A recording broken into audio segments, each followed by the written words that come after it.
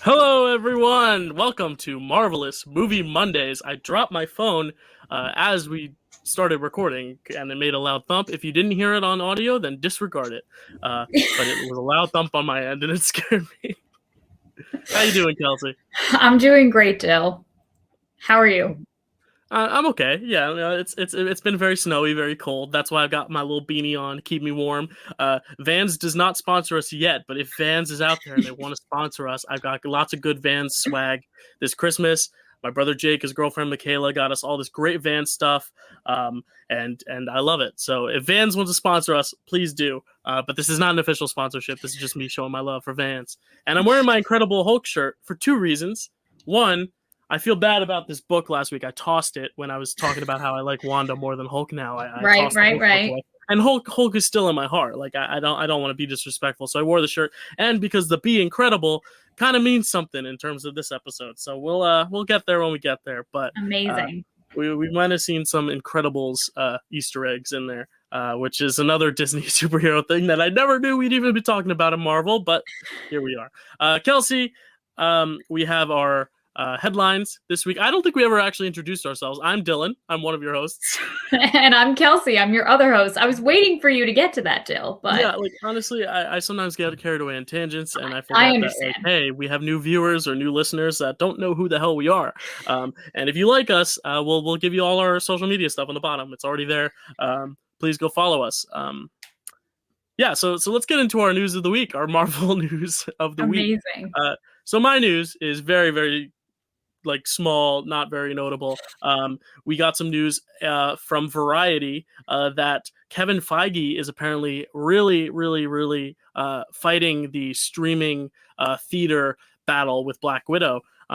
We've heard that Black Widow has now been pushed to May after it was supposed to be in November, and he was even supposed to be earlier than that before even COVID started. So it's been delayed twice, and now we have Kevin Feige stepping up and basically saying, "I do not want this going to streaming," because Raya and the Last Dragon, Disney's animated film, is going to come out next month on streaming and in theaters, and it's got that $20 or $30 on-demand fee or whatever that Mulan had. So I think Kevin Feige is really going gung ho about the theatrical experience, which I really appreciate. I think these shows are very well catered for the streaming experience because they have a very episodic formula and they end on cliffhangers. It really works for a series, but I think a whole movie like Black Widow, I think it'd be really cool if it was just theatrical release. If that means it gets pushed to 2022, so be it. But Kevin Feige's just been really, really fighting that cause, trying to get it to stay in theaters and not go to streaming. So that's really the only news I had on my end. Just a little tidbit. Kelsey, what do you think about this whole streaming versus theatrical debate? So he's fighting for it to be just in theaters. Like he doesn't want it to be a theater and streaming release. Right, because I mean, these films are for the most part meant to be seen on this huge screen, and No, that's yeah, what Black Widow 100%. was intended to.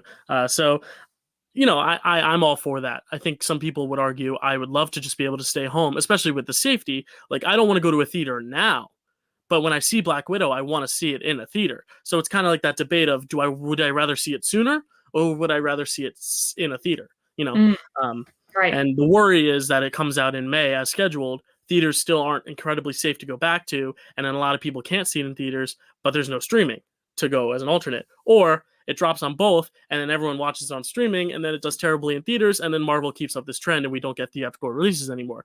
I don't think Right. that's going to happen, but it's definitely an interesting debate to talk about. But I think your news is much more notable, so I just wanted to kind of just we each have to bring some news, so I brought my news. Let's hope Black Widow stays in theaters and doesn't go to streaming.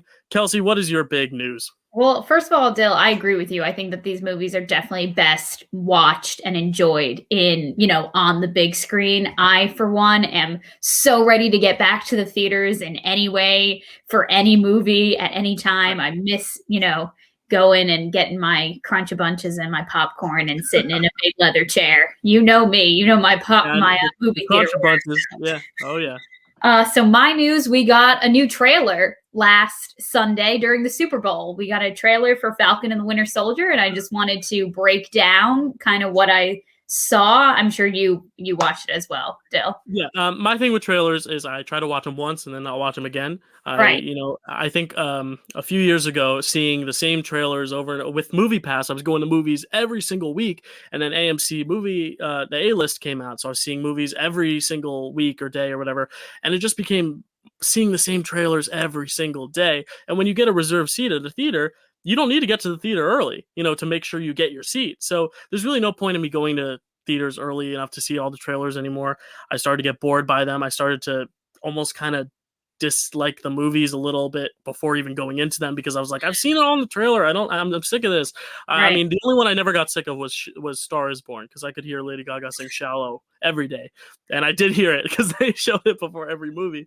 Yep, But yep, but I really tend not to watch trailers more than once. So I watched it at the Super Bowl, and then I watched it once more on Twitter once the full trailer got released, because I don't know if it was the same actual cut as the Super Bowl trailer. I didn't really study to see if one was longer.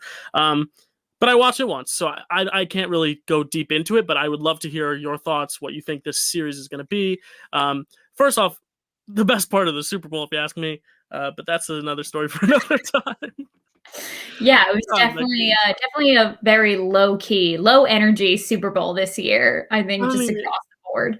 But yeah, I mean, it's high energy for the people that are fans of Tom Brady and the Buccaneers, and I'm not a fan of either. So I was, I was having a pretty rough night. But can I just say, side note, I was so confused why everyone was talking about Tom Brady. This is how detached I am from like sports and football, especially because I didn't even know that Tom Brady left the Patriots. So I was like, why are people still talking about Tom Brady? The Patriots are finally not at the Super Bowl this year. We can finally just stop talking about this guy. But no, that of course the next team he's on, he takes them right to the Super Bowl, gets another championship under his belt. And I'm like, we've had enough. Retire. I'll say he's very good at what he does, and I'm not going to discredit his ability. He is a phenomenal player. He is the best quarterback ever. I don't care if you hate him. He is the best right now. I mean, I do think we could see a few people who are playing in the league now somewhat challenge that. But I do think right now he is the best player we've ever seen in that position, and I give him the credit where credit's due. If you're a fan of him, congratulations, you won a big game. And let's get him next year, Giants. So I'm in the same boat as you, Dill. I'm still holding out on our Giants. So anyway, the best part of the Super Bowl, this trailer was, I'll just talk about some little things that I noticed.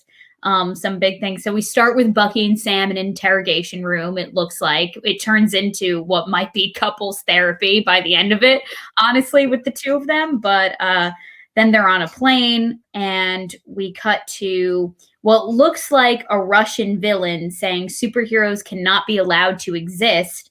And then we get a shot of a man walking with a mask. He's holding a mask. So I'm thinking, is this Red Skull? Is this Schmitz? I'll tell you, Kelsey, you're out of the loop with the Tom Brady thing, but you're also out of the loop as to who the big villain of Falcon and the Winter Soldier is. So I want you to be completely surprised. I just completely missed it. Yeah, it's been announced, and if you actually watch the trailer with subtitles, I think they do say who it is. Oh, really? But I will tell you right now, I don't want you knowing, because I think it'll make it better for you when the premiere comes around in a month or so. So why don't you wait to find out? I won't tell you who the villain is. Okay, well then okay. It's not Red Skull. So okay, well, he was giving me Red Skull vibes because it looked like the red mask or I guess that doesn't even make sense because the red is his real skin, and then he has a face of a real person. So wow, I really thought that I was onto something here. I'm quite embarrassed, but he was giving me Schmitz vibes with the accent and everything. And then we see men in military uniform, and then we see a poster of Cap and a shot of Sam looking down at the shield. Some people were speculating that this might be Cap's funeral. I don't want you to confirm or deny that fact because I cannot mentally or emotionally. I will just tell you, the only thing I know are like the very surface levels casting, main cast, and that's about it. Like, I don't know if this is Cap's funeral. I didn't even see that. I didn't even put that together. So okay, you know more than I do. I just happen to know one of the villains who's in it that you don't. So don't take that as me knowing everything about Falcon and Winter Soldier, because I don't. Okay, great. And then I saw that Sharon Carter aka Peggy's niece, is also going to be in this series. She makes an appearance in the trailer as well. And then we end on Bucky and Sam in the interrogation room having a staring contest. So it definitely looks like it's going to be this great blend of comedy, the dynamic between their relationship, and them, trying to figure out their roles now that Cap has moved on and grown into a grandpa. And now they're just kind of figuring out, like, who are we without Captain America, kind of thing. And Sam has a shield, so that also adds a lot of I guess tension. If someone gives all their inheritance to one grandkid and not the other, there's going to be some beef there. So I think that'll be a lot of the basis of the series, and I'm excited to see it. I don't think it's as I think it's going to be a lot more straightforward than this show is, than WandaVision, because I just think it's going to be more of your. Oh, it better be. Why? I can't be this confused during.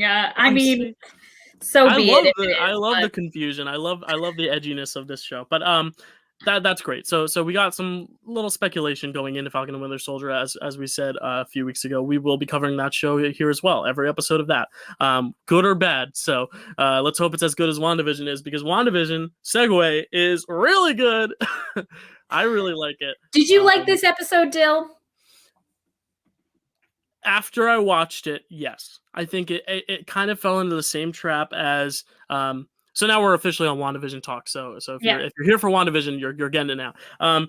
I think this sitcomness of the 50s and 60s aesthetic was more pleasing because it was so different. But I think as we're getting closer and closer to real time, the sitcom is not as it doesn't have as much unique qualities to it. I mean, obviously you have like the voiceover and the breaking of the fourth wall. You got the Malcolm in the Middle-esque intro, and that's fun. But I think right now I'm much more interested on all these stuff going on outside, in regard and inside, but more in regards to the overall picture rather than the sitcomness. Like, we get that it's a sitcom. We get, I get how they're trying to keep it episodic and keep with the formula. I get that, but now I'm kind of at the point where I'm like, okay, like, you could have cut that whole beginning chunk of the Halloween prep stuff down to like maybe 2 or 3 minutes less than it was. Like, it was a lot of, I mean, it was trying to establish Quicksilver also as this like fun uncle, like crazy, like childish guy, but I really do think I would have liked for them to kind of just jump to the trick-or-treating stuff sooner, because that's kind of where the action happened, where Vision goes out and Quicksilver has the kids and they're getting their powers. Like, I wanted more of that earlier on. But I liked it. I think every episode is intriguing me more and more. I thought after episode 4, I was like, what else is there now? Like, we know what's going on, but now it's like, no, we don't. Like, we literally don't. And everything we thought about, we don't know. I like this episode just because I feel like it debunked every theory that I had last week, and now I'm back to square one again, where I'm like, what is then going on? Because I thought I was onto something, but clearly I'm not. I think this is a show that is perfect for this episodic format. I think I know a lot of people are frustrated that all these episodes are not like Stranger Things. They're not all dropped on the same day. I think there is something to having to wait a whole week and have a week to sit with it. That, that's how TV used to be. It always was. And I think, I really like how we have this episodic format. Like, I was frustrated because at the end I was like, I want more, but at the same time I'm like, no, like, I'm glad I get to sit with this because there's so much to talk about. And I think if it dropped it all at once, it wouldn't have had the same effect of, going through each episode and finding answers, but also having more questions. There's something beautiful about being able to use that episodic format to your advantage, which the movies don't even get the chance to do because they are essentially big episodes within a huge series, but they are standalone films, and you don't really have that cliffhanger like nature unless you're talking about Infinity War, which was already said to be the first half of this double movie, double feature. So Kelsey, why don't you take us through this episode? Give us your Kelsey synopsis of the whole episode at a very surface value, and then we'll dive into each scene beat by beat. All right, so this episode is called All New Halloween Spooktacular. It's Halloween in Westview, and the whole town is celebrating. Wanda is suspicious of her brother, Pietro, who is a bad influence on Tommy and Billy. Vision goes on his own mission as he investigates other parts of the town. Meanwhile, White Guy strategizes ways to kill Wanda and fires Monica, Darcy, and Jimmy Woo to keep them out of the way. Tommy and Billy discover their powers, and Wanda saves Vision after breaking out of Westview. Nicely done. And Kelsey said white guy because last episode we couldn't think of Tyler Hayward's Couldn't think of his name for the life of us. But I will say it looks like he is emerging as one of the bigger, not necessarily villains, but definitely antagonists, at least to the Avengers, for the next maybe just these episodes or maybe later on in the MCU in general. So I think he is going to be someone we're going to want to remember his name of. So from now on, it is Tyler. We know his name. Listen, I was really just giving him more of a jab of being white guy because I'm just tired of this narrative of like this white man, trying to take all the credit and this empire that Marie Rambeau has built upon S.W.O.R.D. and was, planning on definitely having her daughter be the successor of it. And he just stepped in and is the acting director. So really it was just a jab at that. And if you remember not caring about his name.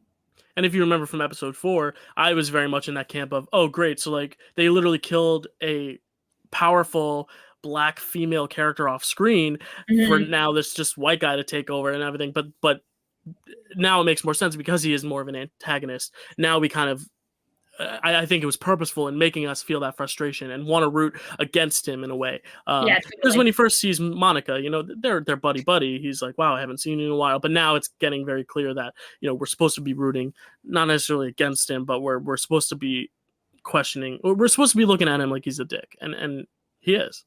Yeah, totally. So the opening credits. We have some Malcolm in the Middle theme song and imagery happening here. We have Tommy running around with a camcorder filming all his different family members. He gets a shot of Agnes, who I will say had the word naughty bejeweled on her behind. So I don't know if that's just a fashion choice of the early 2000s, 90s, or if it's, they're kind of saying wink, wink, nudge, nudge. Maybe she's not as helpful and nice as we think she is to Wanda. On my list of Easter eggs, I do have Agnes's naughty sweatpants written down. So it was something I noted. I do think it has some sort of meaning there. Great. But maybe it did debunk that later in the episode, which we'll get to. Because we thought Agnes is somewhat on all this, and she's got some sort of mischievous naughtiness going on. So it made sense. They were like, hey, yeah, guess what? You're on the right track. Naughty. Yep. Right. In a villain sense, but yeah, let's keep going then. Malcolm in the Middle, first off, 2000s. It premiered in 2000, so I guess last week was kind of the 80s and 90s, and this is kind of like the late 90s, thousands, because Malcolm in the Middle dropped in 2000, but maybe some of it was filmed in the late 99, so it's somewhere around that era. So we kind of skipped over the 90s, but I think the 90s was kind of seen in both this early thousands and late 80s hybrid, which is a shame because they really miss the joke they could have made making fun of Full House with Elizabeth Olsen, whose sisters grew up starring on Full House. I think that was a missed opportunity that they should have taken advantage of 100%. And I mean, you have an uncle coming to live with you. Like, that's the whole premise of Full House. You have your Uncle Jesse and your Uncle Joey. Like, that was the perfect time to be like, I'm Uncle Peter, I'm Uncle Pietro, and like Uncle Jesse. He's even got the hair. Yeah, totally. But they missed that opportunity. But Jill, did you also listen to the lyrics of this theme song we had going on? I'll be honest, it was a lot going on. It was very shaky cam, so I kind of just watched it and didn't really think much more about it, except for the. I wrote them down if you want to hear them. So the lyrics of the theme song were: "Don't try to fight the chaos. Don't question what you've done. The game can try to play us. Don't let it stop the fun. Some days it's all confusion. Easy come and easy go. What if it's all illusion? Sit back, enjoy the show. Let's keep it going through each day. Let's keep it going, though there may be no way of knowing who's coming to play." So There you go. there it is. They're I basically mean, that's just kind telling of us, yeah, that that's what we've sums been up kind of everything speculating that's this whole going on in time. Westview. Yep. We're doing that thing this episode constantly where we're both just starting sentences over and over and over again.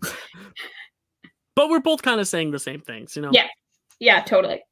Kelsey, you take it away with the rest because I'll try to butt out as much. But I'm just so excited about this show. Like, I'm excited. Like, No, I'm I finally on understand. board where I could just get so excited about every single episode, even if it's not the best. Like, I'm intrigued. I'm excited. So keep talking.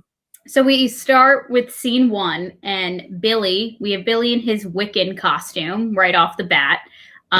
Kind of all of their costumes this episode are kind of a nudge at their classic looks from the comics. And he's talking to us about Halloween. So we have this breaking the fourth wall moments throughout the episode with Tommy and Billy. Wanda comes down the stairs. She says that she's a Sokovian fortune teller. And they're messing around with Uncle Pietro. We never know if it's Uncle Pietro or if it's Uncle Peter. He refers to himself later on in the episode as Uncle P. Should we just refer to him as Quicksilver from now on? Because I'm not completely sold that this is Pietro. Yeah, I think that's one of the questions that this episode really not answered, but definitely brought to a bigger light is this is definitely not the same Pietro. And I mean, we even going beyond the theme before the theme song, we have the recap where they show the scene of Quicksilver in Age of Ultron getting shot. Mm-hmm. So they are trying to show you this is a different actor. And so the people who don't know anything about the X-Men, they are trying to say this is definitely a different actor. We did not just recast Pietro for this show. This is purposefully a different actor. Yeah. And now I think it's a question of, is this supposed to be the same Pietro?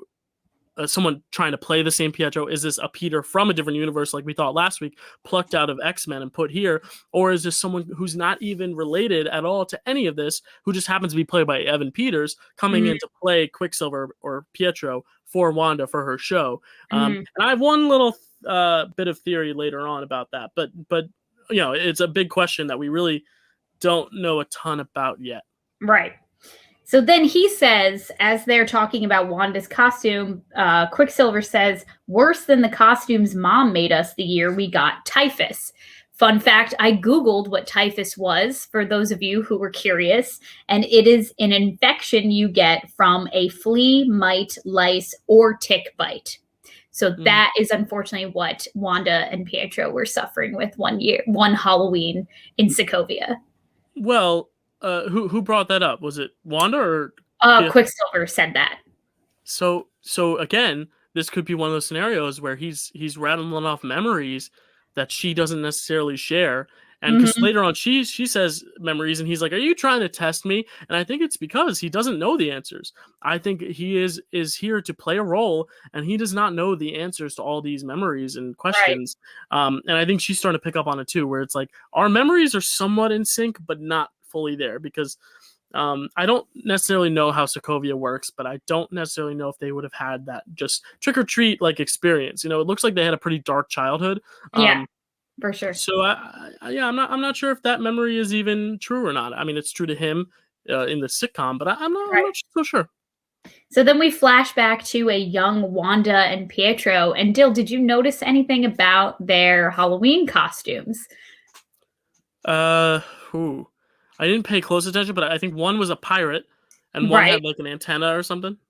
So a lot of people, this was pointed out to me by the internet. This was not an original thought I had. I wish I wish I was smart enough to realize this, but it looks like Wanda looks like she has kind of like a Natasha Romanoff braid happening in Endgame, and Pietro kind of looks like his eye patch. He kind of looks like Nick Fury.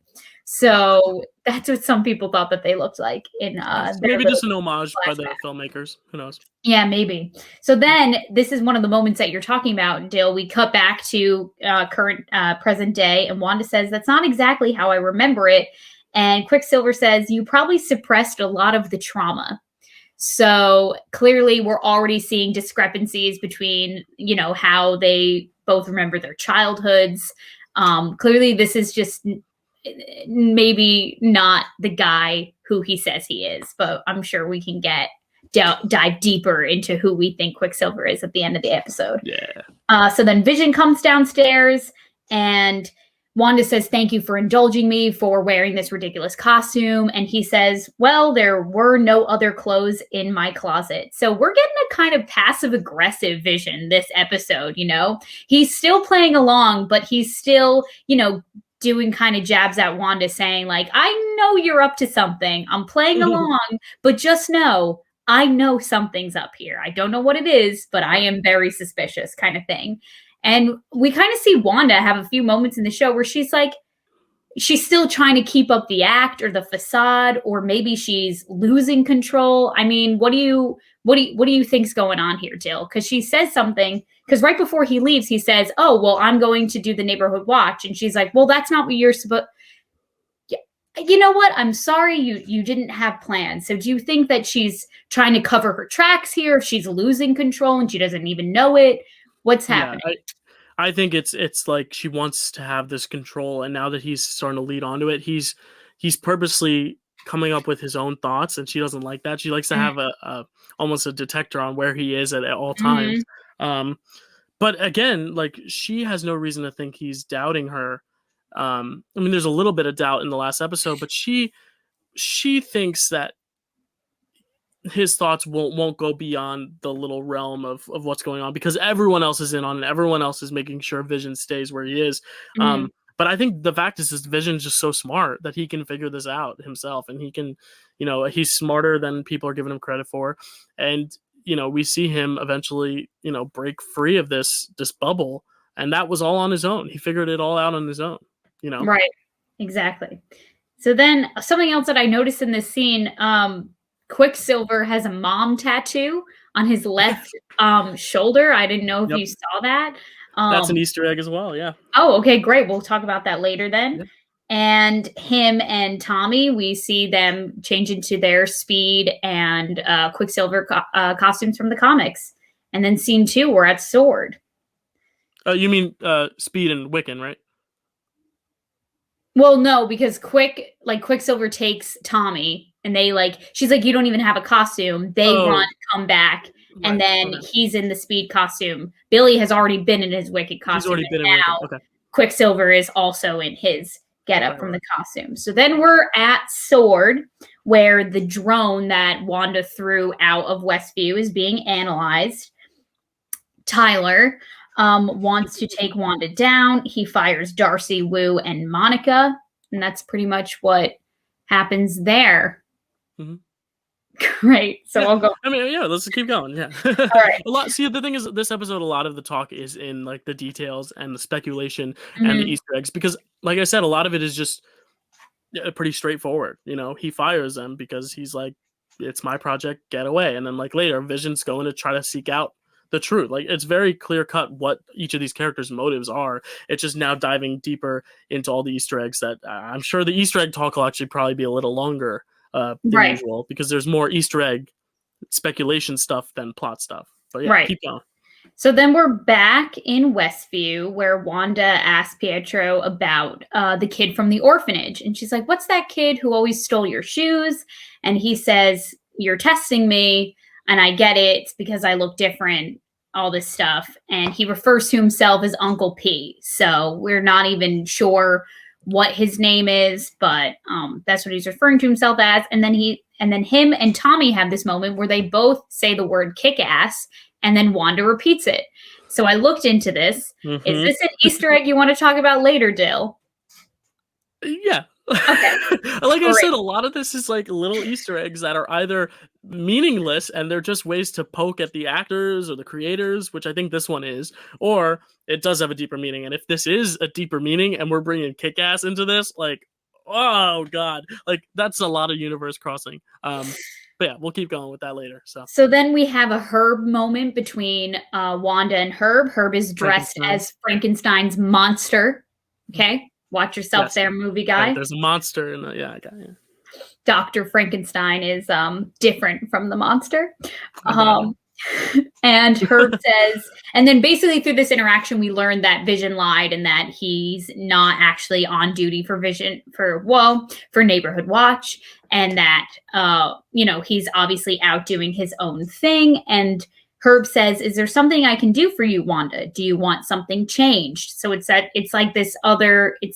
another moment of, hey, do you want me to fix something for you? You and I both know that you're kind of, we're trying to be on the same page here. And one is like, no, what are you talking about? And then just like goes about her day. It's like these little moments that are just, it's almost like, it feels almost as if like it's coming apart a little bit at the seams here. And it's unraveling, yeah. Yeah, it's unraveling for sure.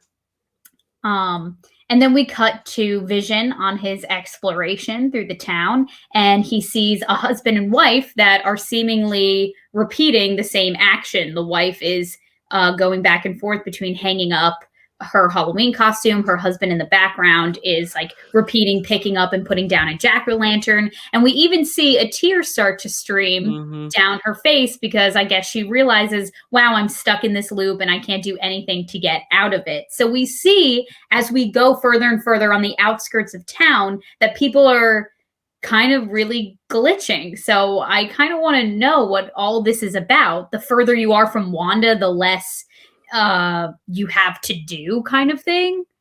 What do you think's going on here, Dill? It could be one of two things. It could be that, the people on the outskirts of the simulation are kind of just set pieces for, like, if you're driving through town, you look down the street, oh, there's a crowd of people over there. You just kind of go by it. You don't realize that they're not moving. Or they are frozen until, Wanda's in their general vicinity. There's like a radius. And once you're in that radius, they start, they can interact with you. They can move. They can, because there are obviously people there, but they're frozen. And I think it's interesting that when Vision's around them, they don't start moving again. And I think that could be because it's all wherever Wanda is, the radius applies to, and Vision just never had the inkling to keep exploring the town on his own.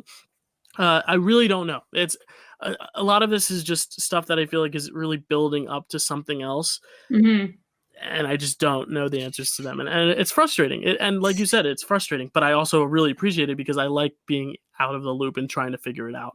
But this particular instance with the frozen people, I have, it's tough because we see Agnes we'll get there, but we see Agnes kind of like essentially not frozen, but she's very stiff and almost seems like she's like frozen in time. But then she snaps out of it, and it's a lot.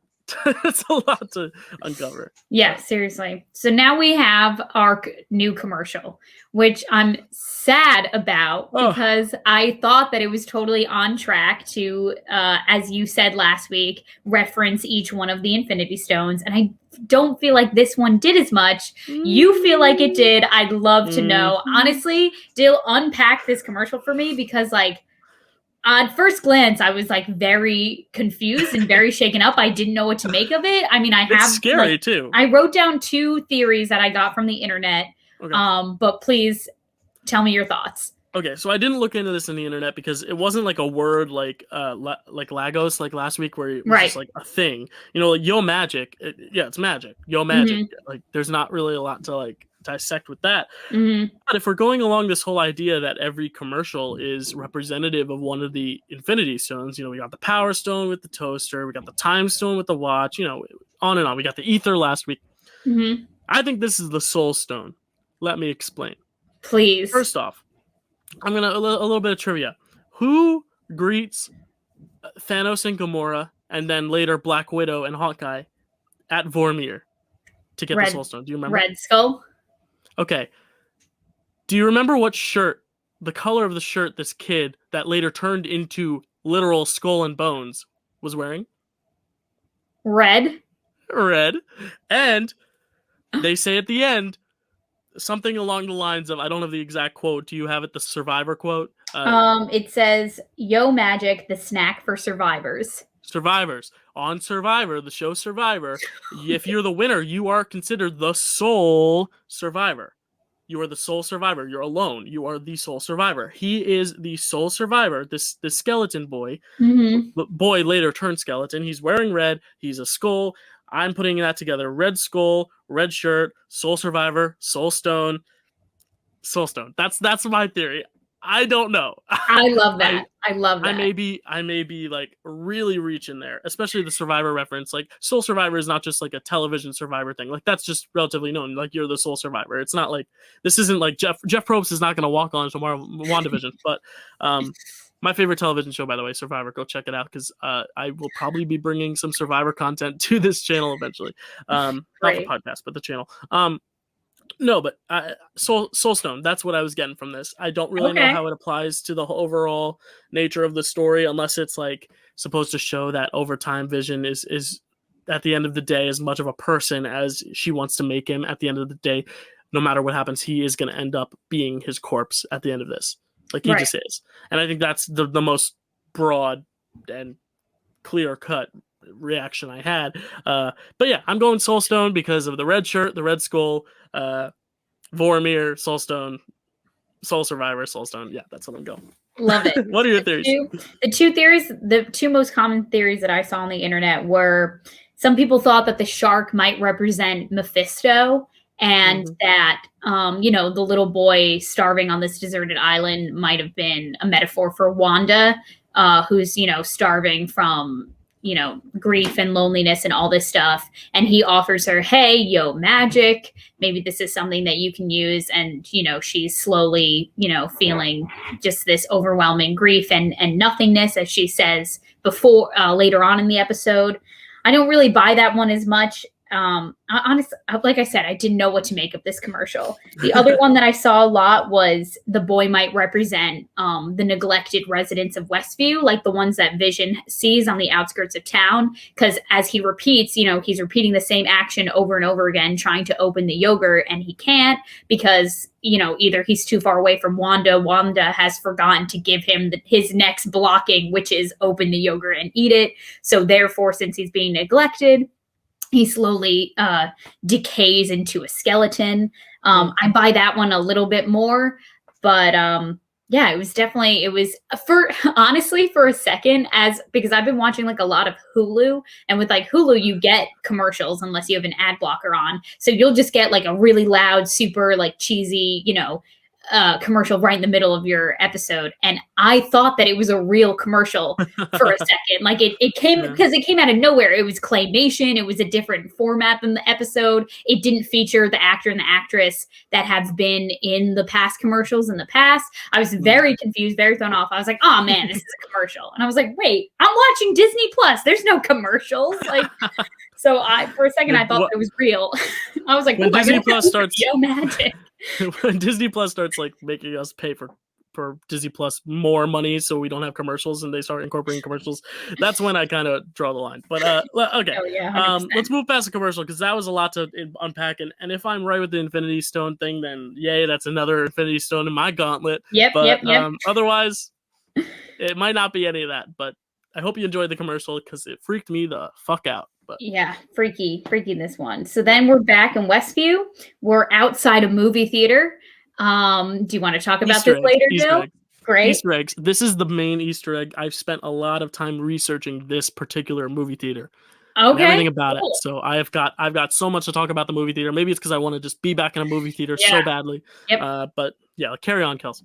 So we just get a lot of, Quicksilver is very self-aware, like more than anyone else in this show. He's looking around. They're having this sorry, that's later on. Sorry. I almost lost my You're doing better than I've ever done with the recaps, so that's why I gave the duties over to you, because you're doing much better than I do. So. Thank you, Jill. I appreciate that.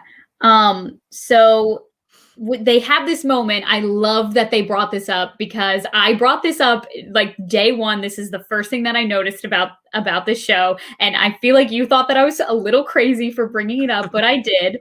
And it was the fact that Wanda didn't have an accent.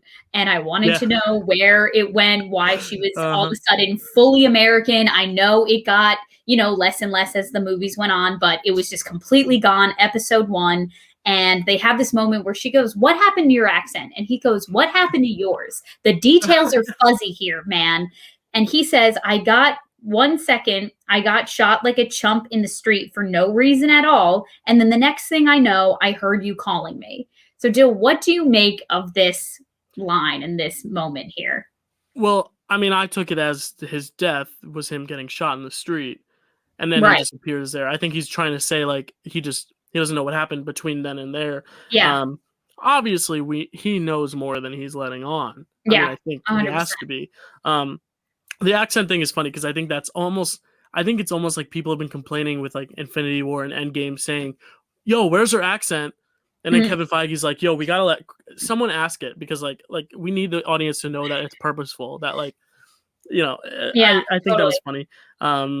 Yeah, I didn't. It's just so hard to make out what all this means. Yeah. It's so hard.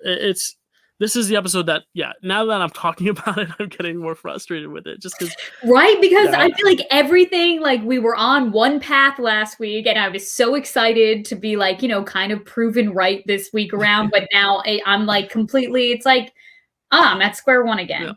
This I is one of don't those podcasts that is just not going to age well when you go back and listen.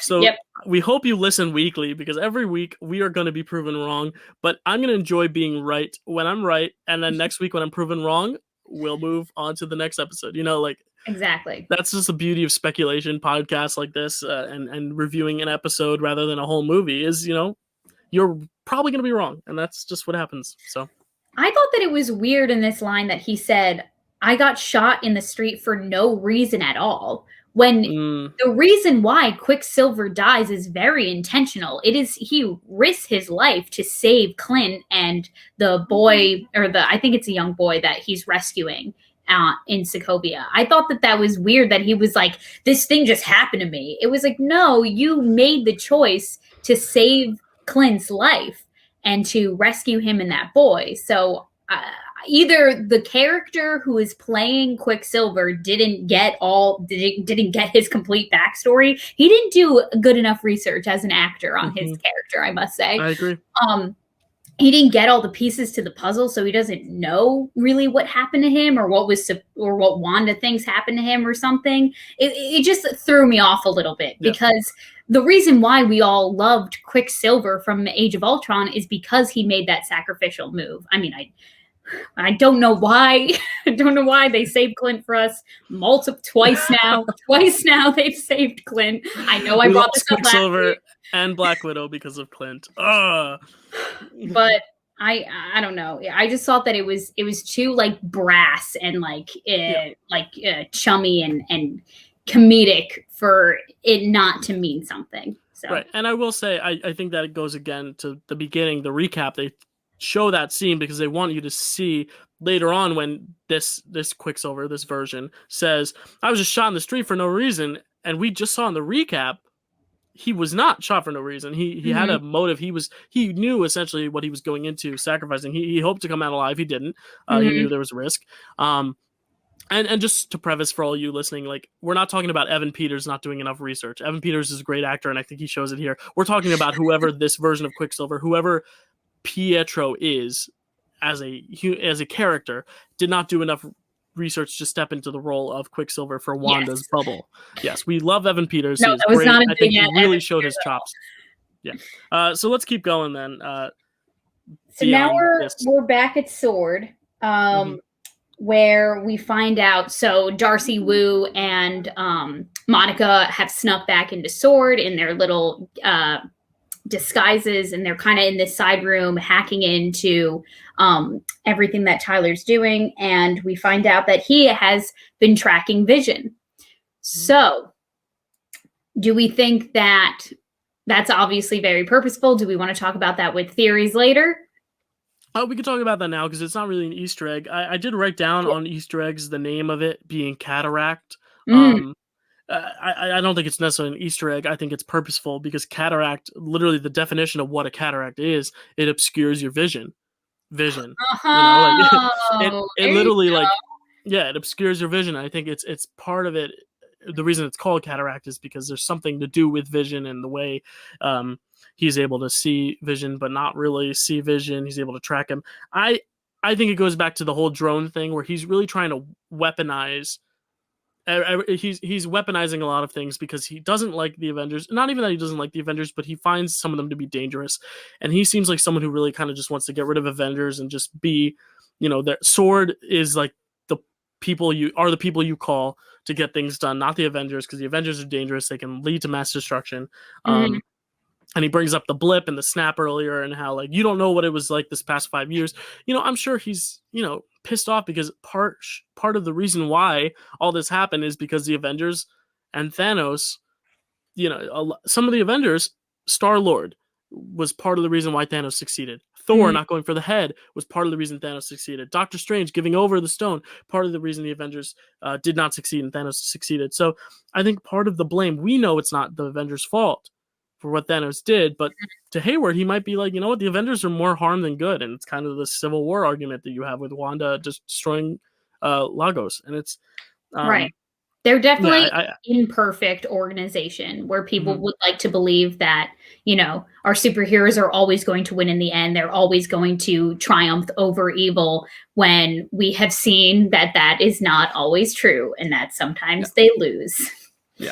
And I think that's kind of where Tyler's coming from. Like, we're not supposed to be on his side, but we can see where he's coming from. And to him, Wanda's a danger. She's got so many people trapped in there. Like, it makes sense why he's upset and why he wants to, go in with missiles and with violence, because, he is looking out to protect the people rather than wanting to protect Wanda. Whereas I think Monica, Jimmy, and Darcy are also trying to protect Wanda. And I think that's where the clash happens. And so I think he was essentially working on Vision as, this scrap metal and trying to turn it into some sort of weapon, because, what's a better weapon than someone who was literally at one point one of the strongest Avengers, So Exactly. I think there's a lot to that. Yeah.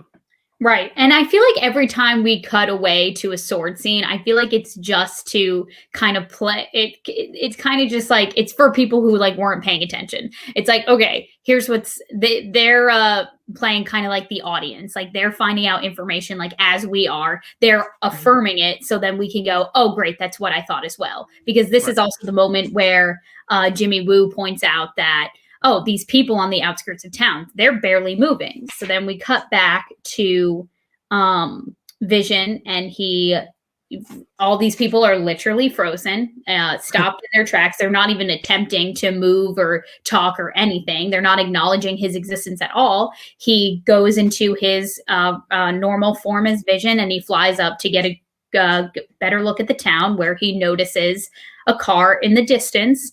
Flies over to it. It's Agnes sitting in her car at the edge of town, just talking. She says something along the lines of like, "Oh, where's the center of town Halloween bash?" And Vision's like, I'm guessing the center of town.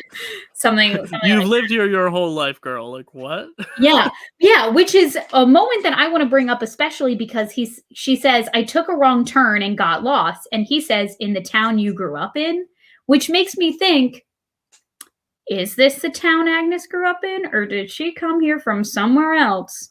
And she's not a part of Westview at all, and she's a separate entity that we are going to have to deal with later. That's what I thought. And I think a lot of this, the when she snaps out of it and she's asking those questions like, "Oh my God, am I dead? Are you dead? What's going on?" She seems genuinely concerned. This could be because the show wanted us to believe she was the villain, which we have this whole time, only to say, you were wrong. This is a red herring. She's the person we wanted you to believe was a villain, but she's really not. Almost like a Mandarin thing. Oh, like look over here, don't look over here kind of thing? Yes. Like this was, you thought she was Agatha Harkness and this was this big thing. She's not. She was who you thought was Agatha Harkness because you were looking in the wrong place. You should have been looking over here. Either Dottie or Herb or one of the other citizens, or maybe even Quicksilver now, if he is one of these evil people in disguise. Like, so I think she's either a red herring, and then they're trying to subvert your expectations, and now they're telling you she's not bad. She's trapped just like everyone else. Or she's a really good actress and she's putting it on for Vision to be like, "Oh my God, I'm so scared," when in reality she knows exactly what's going on. Yeah. See, that's what I wanted to know, Dill. I was like, so you believe her then? You don't think that this is just a big old performance she's putting on to make Vision think that, she's trapped just like everyone else and that she's not, in the background pulling some strings? I don't know. It's one of the two, I Okay. think. If it's some third option, I don't know. But I think because Catherine Hahn sells it so well, Yeah. I think you're led to question whether or not she's acting or whether or not she's actually a victim of this too, and she has no idea what's going on. Because we know now Wanda has the control, but we were speculating maybe Agnes is helping or maybe Agnes made it happen. But if what Agnes is telling the truth here and she literally has no recollection of what's going on, she's trapped, Mm. maybe she's not in on it. And maybe we were wrong. And maybe that's the show saying, you were wrong, and now we're gonna fool you some more. Because it would honestly be Mm. a good job on the show. Because the whole time we were thinking, this was Agatha Harkness. She's Yeah. awake. Yeah. Um, so I think it'll be interesting to see exactly what Agnes's role is, and like we talked about earlier, what Quicksilver's role is. Because right now we're on the fence about, are they literally just here as more props, or are they here with other intentions? We really don't know. Mm. And also, another important moment from this scene is she says, "Oh, good, you're one of the Avengers. You're here to help us." And he goes, "I'm here to help. What's an Avenger?" So, this Yeah. is a Vision who is unaware of everything that happened the past 10 years. Yeah, and he's acknowledged that I think earlier on in one of the earlier episodes is he's like, I don't remember what happened before Westview. And Mhm. it's like, well, you died, dude. And she tells him, she's like, you're dead. And that's where he's like, oh crap, okay, let me get out of here. Like Yeah. something's wrong. Yep. And then we also see that this is Ellis Avenue, this street that she's parked on, where earlier on Wanda says to Tommy and Billy, make sure you don't go past Ellis Avenue, because we know as Vision starts walking out that this is definitely where, he's going to run into the border, Mhm. the edge of Westview. And Kelsey, do you think that Agnes was put there as kind of like a watch out in case one of the kids started to go towards Westview? Like she's supposed to be the lookout to be like, hey, no, you're not allowed to go past there. Let's go home, kids. That's kind of Oh, what I got. Because why would she just be parked there? I think parked there, maybe right. Wanda has her there every night to make sure whenever, or for this Halloween night, hey, go to Ellis Avenue because that's where the kids. If the kids go past there, then we're Right. screwed. See, this moment brought into question again that question that I had earlier, where it's like these people who are, I guess, the farther away you go from Wanda, the less control she has over you. But it's not, but that doesn't necessarily mean that you regain control over yourself. It just means that, okay, now I no longer have someone pulling my strings. So I am frozen. I am in a trance. So I don't know if maybe, I didn't even think of that, Jill. I mean, it's quite possible that Wanda was kind of like, hey, watch there, make sure no one goes past this street. Or if it was just Agnes, if she is, just another resident in Westview, maybe she was, you know what, I'm going to try to get in my car and drive and see what happens. Once she got to that certain point in the radius of like not being under Wanda's control, oh, now I am nothing. My mind is blank. Mhm. I have no motivation. Now I am stuck here until Vision comes along, zaps my brain, brings me back into reality, puts me back in the simulation, and then she's just able to turn around and go about her night. So I don't know, maybe because in my mind, if you want to put someone in charge to watch the outskirts of town, why not one of the guys from Neighborhood Watch? Like, why didn't we see like maybe Norm chilling there? Or maybe you would think that it's just because Norm's not important enough of a character that she would make it Agnes kind of thing. Or it's because Vision is in Neighborhood Watch too, and if Norm's like, I'm gonna go do Neighborhood Watch on Ellis Avenue, he'll be like, what's that? And then if he gets Ellis Avenue, he realizes Mm, there's a big hex there. I sure. just don't think they could risk having anything with the Neighborhood Watch anywhere remotely around the bubble. But do you want to talk about these last few moments now? What Yes. happens after this? Before I go into that, though, I Yeah. did want to bring up from our second episode, from the Magic Show episode. Remember when Vision first goes into the Neighborhood Watch meeting? They're all very confused why he's there, which is now something that I remembered while I was watching this episode. So I feel like no one was under the impression that Vision was going to have more of a role in Westview than he ended up having. Because I remember the guys being like, wow, what are you doing here kind of thing, where they were all on the same page. That was like, I'm pretty sure Wanda told us that you were just going to be like a stay-at-home dad type of person. Right. And now you're integrating yourself further into this story, which is dangerous for us almost. Yeah, every episode he's gaining more independence. Like we see the first episode, he's totally locked into this world. And then the second episode, he has that freedom he's going to watch. You know, every episode since, he's growing more and more individual and independent. I have to sneeze. Anyway, let it out. He's getting more independence as he goes. I'm going to mute this mic in case it's really loud. Talk about the next scene. Okay. So then we're back at Sword, where Darcy tells... Excuse me, I also had a burp, so I'm good. we're a mess today. We learn in this new episode, in this new scene at Sword, Darcy tells Monica that her cells have now been rewritten since she has gone through the Hex and has exited the Hex. Her cells are now being rewritten and distorted, and a lot of people think that this is hinting at the fact that she will one day be Photon, and that her character of Monica Rambeau in the comics eventually does get powers. I think that that's entirely possible because, as we saw in the first episode with Monica, that her mother, Marie, had this nickname of Photon. So I think it's totally possible that she's going to take on this persona. And Jimmy and Monica go off to meet the person, the aerospace engineer, to get the equipment that they need to break back into the Hex. And Darcy stays behind because she says, I have to break through one more firewall. There's something he's hiding here. I need to know what it is. Which later bites her in the butt a little bit for staying behind. Yeah. And that's the cataract that we were talking about earlier. And I think it's going to be interesting to see who they're off to see. Some people are speculating War Machine. As we said last week, it could be Mr. Fantastic, Fantastic Four. Or it's someone completely out of the blue or unknown. We'll likely figure that out next week. Keep going, Kelsey. So then we have, now we're back in the center of town, where Pietro, or Quicksilver rather, and Wanda are just sitting in the center of town talking, and he asks the question that I asked upon seeing all of these kids, what we were all thinking, where were you hiding all these kids? He says something like along the lines of, hey, I bet they were just, you were hiding them in their beds. I get it. You don't want to traumatize them for every episode. You just want them to make a cameo every now and then. And he says something like, you've kept families together, you've given them better jobs, better haircuts. And Wanda says, so you don't think what I'm doing here is wrong? And he goes, no, I'm impressed. And he goes, how did you do all of this?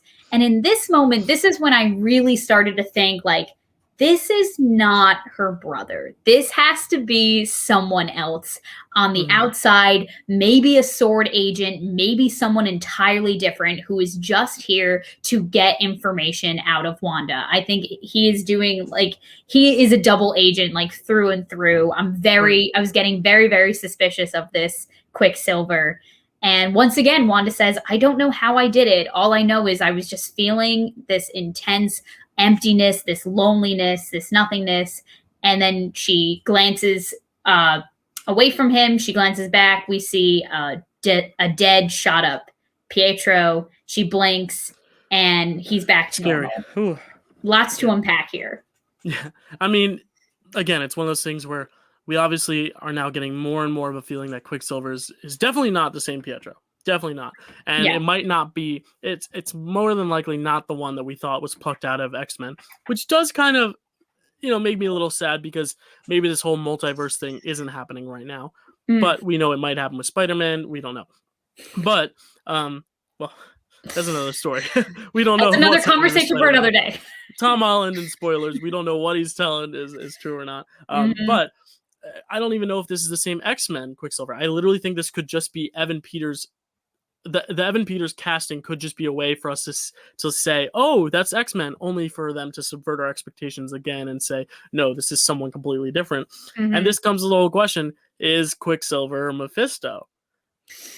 That's exactly where my mind went as well, Dill. Because some of the dialogue he says, unleash hell, demon spawn. He says, the kids need a father figure. As we know in the comics, Mephisto there's a relation between him and the kids. And then, damn it, if Westview, New Jersey isn't charming as hell. Well, hell isn't charming unless you're Mephisto. So I think there could be some relation to that and Mephisto, or he's just saying weird uncle stuff. I don't know.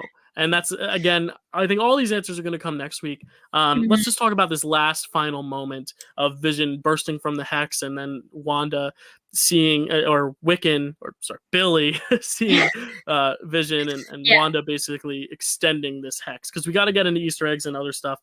So let's talk about this last scene. Right. So we're back at Sword. Darcy's hacking through the computer. She finds a classified weapons intel file called Cataract, which you talked about earlier. Vision finally gets to the border of Westview. He breaks through, but then he starts coming apart, almost dusting a little bit. I was reminded of the dusting imagery from Infinity War, with his hand being sucked back into the hex. And Billy, is coming into his powers. He says, there's something wrong with Dad. We have to help Dad. And then Quicksilver has the weirdest line of the entire episode, where he says, it's not like your dead husband can die twice. And that's when Wanda has had enough. She says, no, stop it with your absurd comments. She freezes everyone, and she extends the hex to then get Vision back in so he doesn't come completely apart. And she takes over the entire base that was outside of Westview, that turns into a circus, into a fair, a carnival, something along those lines. And we watch Darcy get sucked into the hex as well. And those are our last moments of the episode. So I think it's interesting to see a lot of these. Good job, Kelsey. Good job recapping that. That was a whole hour. Now we're going to dive into the Easter eggs, because there's lots to talk about, lots to break down. Right off the bat, Darcy in episode 4, when she's in that car with the other scientists, she says, we got the whole clown car. And then we see these agents are literally turning into clowns. It is so on the nose, but so funny, like looking back and being like, they literally told us that these people are going to become clowns, and we didn't see it. Wow, brilliant. All right, so let's talk about first the minor Easter eggs. We talked about Agnes's sweatpants. We talked about Ellis Avenue a little bit.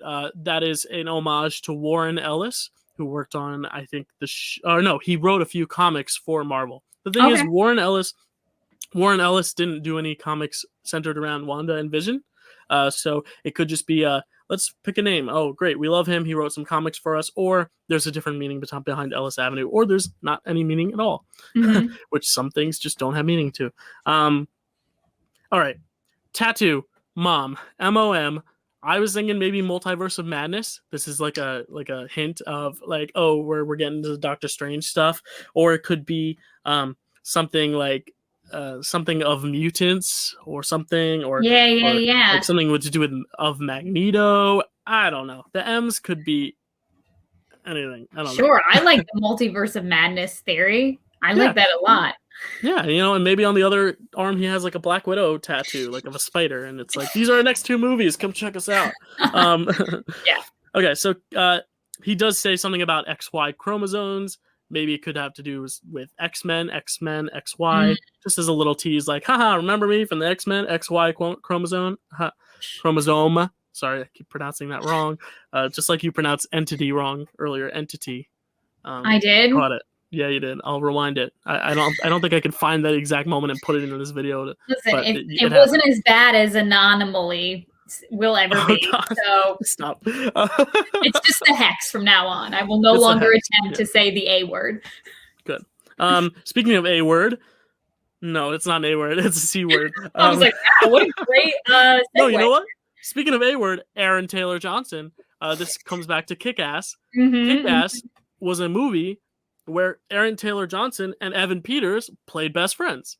Yep.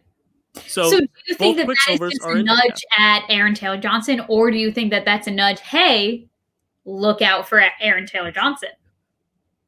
I think it is either a nudge to, haha, you both played the same character and you were both in this movie, Kick-Ass, or technically, it is not a Marvel comic, but I don't remember the exact publication of Kick-Ass, the comics or the movie, but I do think they are a sister company, or they were later bought by Marvel.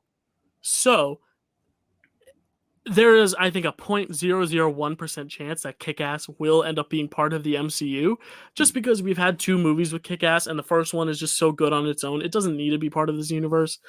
Also, it is a little more graphic than some other superhero movies. But that's something to think about. Are you looking it up? Yeah, but I couldn't find it fast enough. So it's not a huge deal, but I think they might be somewhat in the Marvel family, but they're not in Marvel. They're not a Marvel comic, but they might be a sister comic, kind of like Kingsman is its own comic series, but Marvel owns that has later purchased that production company. I think it's more of just a nod at Aaron Taylor Johnson and Evan Peters. So here's the big Easter egg that I'm going to be talking about today. Amazing. And if you're still with us, thank you. It will not be too long. I promise I will try to keep it brief. But the movie theater. First off, before we get into the name of the movie theater itself, did you notice what 2 movies were playing? Oh boy, did I, Dill. It was The Incredibles and The Parent Trap. Okay. Now, Parent Trap, there's not a lot of detail about the plot that matches the Parent Trap's plot. There's no divorce. There's no there are twins. Well, a lot of people were relating the concept of 2 long lost twins coming together to Wanda and Quicksilver. So yes, okay. That could just be the little nudge, wink, wink thing there. Or kind of quite obviously, Parent Trap, Vision is trapped in this hex, and he is their parent. Yeah. That's what I took from it. Like, I didn't even think about the whole twins thing, because I forget that Quicksilver and Wanda are twins, because they look a lot more alike in Age of Ultron than they do now.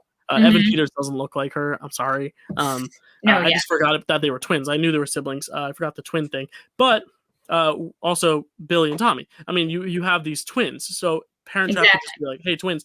The Incredibles, it's about the superhero family. And we see this is the episode where Billy and Tommy get their powers. Their super speed. And then Billy has these kinetic powers where he can like see things. And it's more like his mom. And Tommy is more like Quicksilver.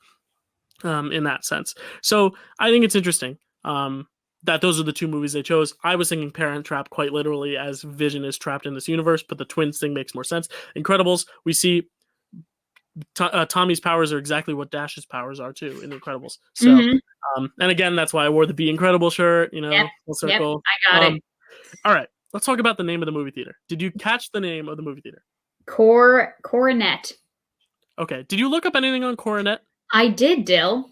Okay, I did too. So I'm going to bring up the graphics. I'm thinking we probably looked up the same thing. Okay. Now, the author of the Coronet is a poem. Is this what we're okay? Yeah.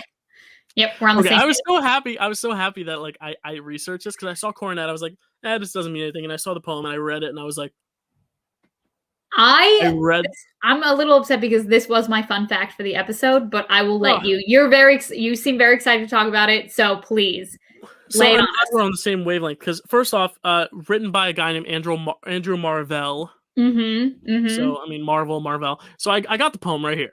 This is the beginning of it. So I'm gonna lean here so you can kind of see my face on the video. So I'm not gonna read through the poem because the poem is written in an older language that if you're under the age of 12, you might not be able to really comprehend very well. But here's kind of a summary. So the poem is about a shepherd, basically, who's trying to replace the crown of thorns on his savior's head. The savior, assumingly Jesus Christ, and he is basically trying to redress that wrong and trying to gather these flowers and dismantling all this stuff to try to make this beautiful headpiece, this crown for his savior Jesus Christ. But once he collects everything, all his store, as it says here, he begins to weave this new crown. He finds that this like old serpent is basically hiding amongst these like flowers and branches and stuff, and it's basically a resemblance of the devil. It's basically telling him, hey, in you doing this, in you creating this beautiful new crown for him, you're almost making it more about yourself than you are about the person who's laid to rest, who's, let him be. Like, it's almost more of there's sin in what you're doing too.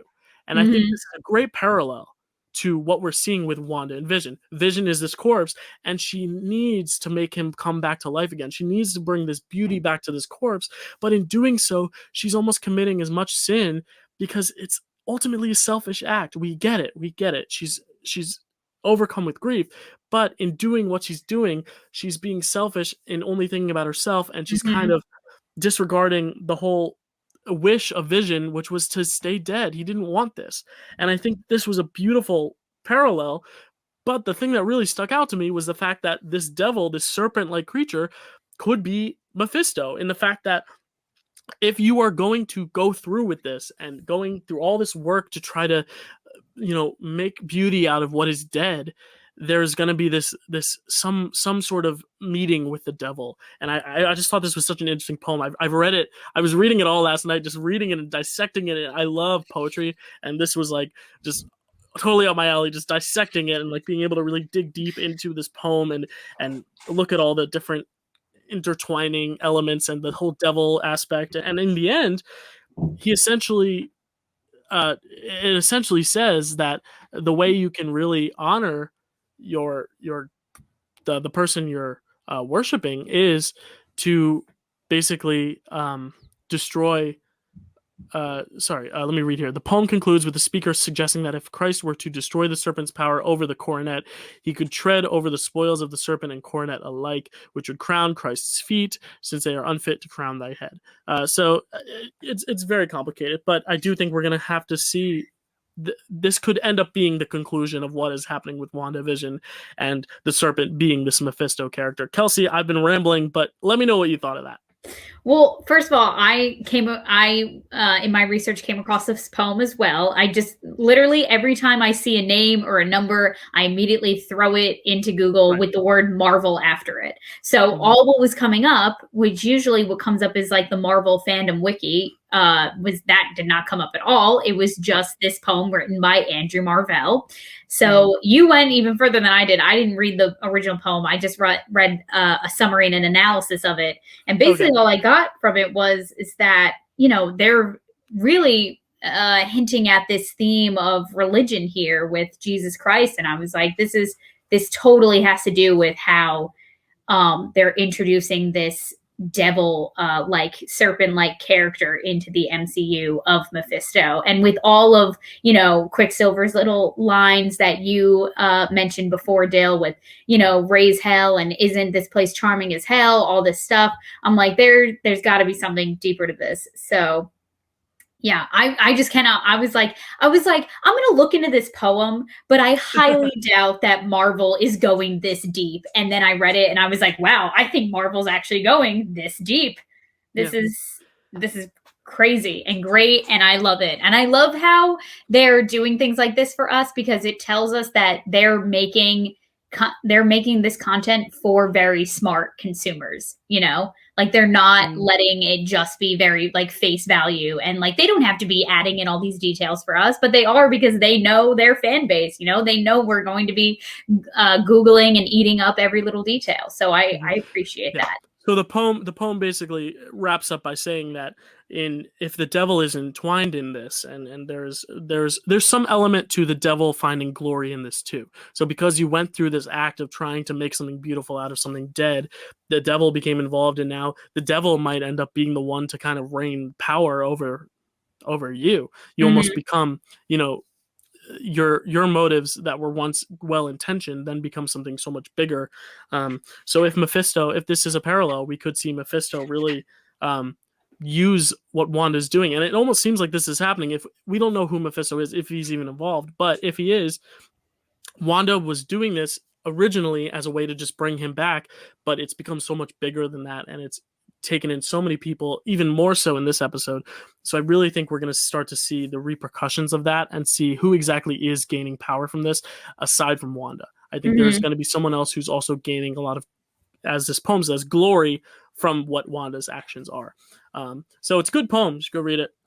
Not necessarily you, but our viewers and our listeners, because you've already looked into it. But yeah, that was the thing that really spoke to me. I was like, wow, like Yeah. this is crazy. And if this is absolutely no relation whatsoever, and Coronet is just because they wanted to use that Andrew Marvell thing, that's the only intention they had behind it, fine.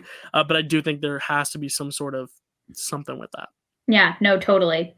So I'm basically at the point where I'm just questioning now everything that this Quicksilver's doing. So do you think that this guy is Mephisto?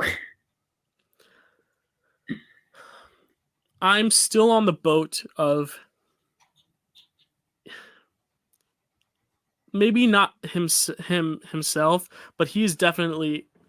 I feel like he might be a puppet of some other something. Sure. Mephisto. I mean, some people online were saying that Tyler Hayward himself is Mephisto, and I just don't think that's right, because I think Mephisto is more trying to use Wanda, whereas Hayward, I think, is more using Vision and trying to use Vision to his advantage to try to get rid of Wanda and all these other superheroes who might be detrimental. I don't know. If I have to guess right now, I'm leaning toward Quicksilver being more of that suspicious evil than Agnes, because I think this episode was really to show us, hey guys, you've been wrong this whole time. And you know who else is still out there? Dottie. We haven't seen her. What is her deal? We've seen her a little bit, but we haven't seen her lately, and I think she was not one of the names on the board when they were looking at everyone's identity. Yeah. And Agnes's identity wasn't confirmed either, but maybe that's because Agnes is in on it with Dottie and this new Pietro, or maybe they just couldn't find Agnes's ID yet. Maybe they just needed to dig a little deeper. Well, that brings me back to my other thought of Agnes not even being a resident from Westview. What if she is, an other other worldly entity? I'm sorry. How do you say that word? Entity. Did I say it correctly this time?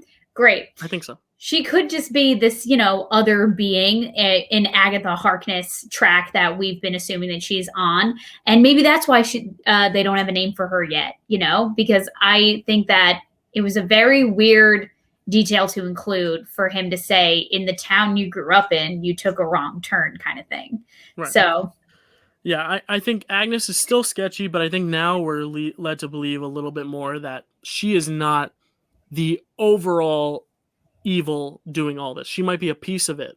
I think we're going to see that a lot of these are little pieces of a bigger evil, and maybe that evil hasn't been revealed yet. Maybe the evil is hiding inside Wanda herself. We really don't know. And I think that's the beauty of this episodic nature. It's frustrating that we can't just see what happens next right away, but there's beauty in being able to wait and speculate, and that's why we're here, to talk through all the speculation for you. Exactly. I definitely think that this, Quicksilver, it's just very clear. The big takeaway from this episode is that he's very much not under Wanda's control, which makes him dangerous. It makes him an antagonist to her. She doesn't even really know this person. They don't share the same memories. It's just all very, who is this guy? That is what I took away from this one. Yeah, and I do think it's kind of debunking the whole, this is the X-Men Quicksilver and this is a multiverse thing. I literally think this is just Evan Peters being cast to say, to mislead the fans and say, hey, this might be the X-Men Quicksilver, only for them to say it's not, it's someone else, and this is it. So, honestly, what I had a thought just now from something you said, Dill, was if it is, it could be the X-Men Quicksilver plucked out of that, multiverse, put into this one, and just completely put under Mephisto's control. He could be completely possessed, not even, like, he might wake up one day and be like, where am I? Who are all you people? What are we doing here? I've been blacked out for like days now. So I don't know what's going on. So maybe that's where we watch this character next. So we'll see. And next week, so we're supposedly getting, I mean, this is just based on speculation, but we're gonna see who Monica's been talking to. Who is this guy? Right. I've seen some people speculate that it's going to be Mr. Fantastic, and people think that the actor who's going to be playing Mr. Fantastic is John Krasinski. Whoa! That's just speculation that I think I saw something real quick on TikTok, Hey, so I don't know how much weight right. that holds. You are right. And a week from now, we have seen John Krasinski in WandaVision. Like, oh, that's gonna be awesome. I'm a big I'll Office die. fan. I actually just I was meaning to show you this. For any viewers, I finally finished decorating the stickers on my laptop, and Amazing. you see right here, I'm a huge John Krasinski fan. Wait, where is it? There it is. Bears beats Battlestar Galactica, and then there she is herself. Wanda is right there. What? Right there. That's Tommy Wiseau. There's Wanda. So yeah, no, I'm a big fan of both John Krasinski and Wanda. So if they are in the same show together, sign me up. Because I think he's a great actor. I think he's a very multifaceted actor. I don't think he just does the gym stuff well. I think he does some of the action stuff well too. No, I agree. And to see him with really stretchy arms would be really fun. 100%. Kelsey, how much have you seen of Fantastic Four? I remember watching like the Chris Evans and Jessica Alba, like the original movie, like back when it came out, like early 2000s. So I definitely have to rewatch those and get back into it if this other multiverse is also being included as well. I think it would be I think they made it very clear that they're going to reboot the Fantastic Four. I don't think we're going to see the Chris Evans, Jessica Alba one. I don't think we're going to see the Miles Teller, Michael B. Jordan one. A, because Chris Evans and Michael B. Jordan are already in this universe, and B, because they were terrible. If you like them, good for you, but they're terrible movies. So especially the newest one with Miles Teller that had such potential that they just totally blew. But that's it for WandaVision episode 6. 6. So we got 3 more episodes left. So let me just really quickly just tell you all listening what's to come. So today is the 15th. So next week, the 22nd, we will be talking about episode 7. On the March 1st, we'll be talking about episode 8.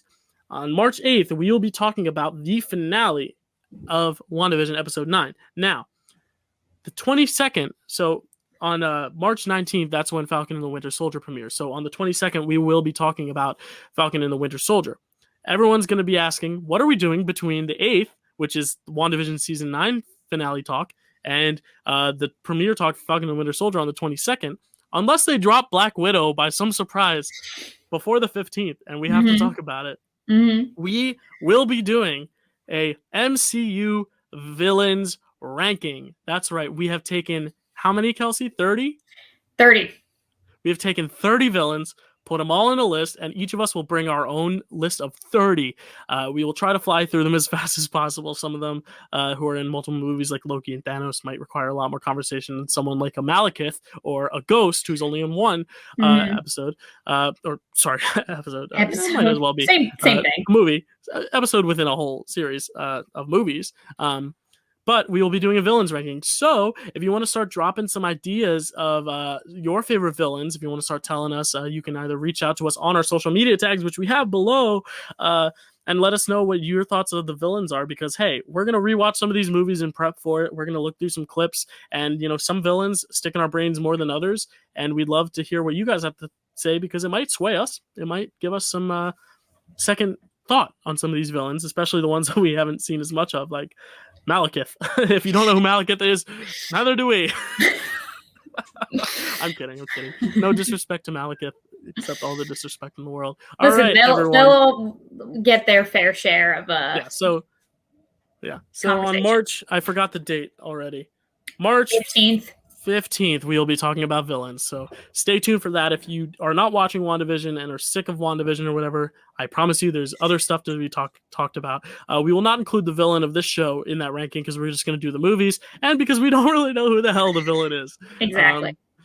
And that's the same reason we'll talk later about why we're leaving off people like Nebula and Bucky, because they are villains in certain movies, but ultimately at this point in the MCU, they are heroes, and we're including Loki just because he's such a big villain when he is a villain, and he's likely going to be mischievous in his new series. So we're including Loki, but we're not going to include people like Nebula and Winter Soldier, even though they are villains for a period of time in the MCU. But we're looking forward to that. So yes, reach out to us. Let us know what you think of that, or thoughts before obviously you haven't seen it yet, so don't let us know what you think of the episode, but let us know what you think of the villains as a whole and how we should rank them. You can find me at Dylan_Randazzo at Twitter, And you can find me at TikTok at Dylan Randazzo 417. I forgot to put those labels on the bottom like I said I would. I will for next week if you're watching on video.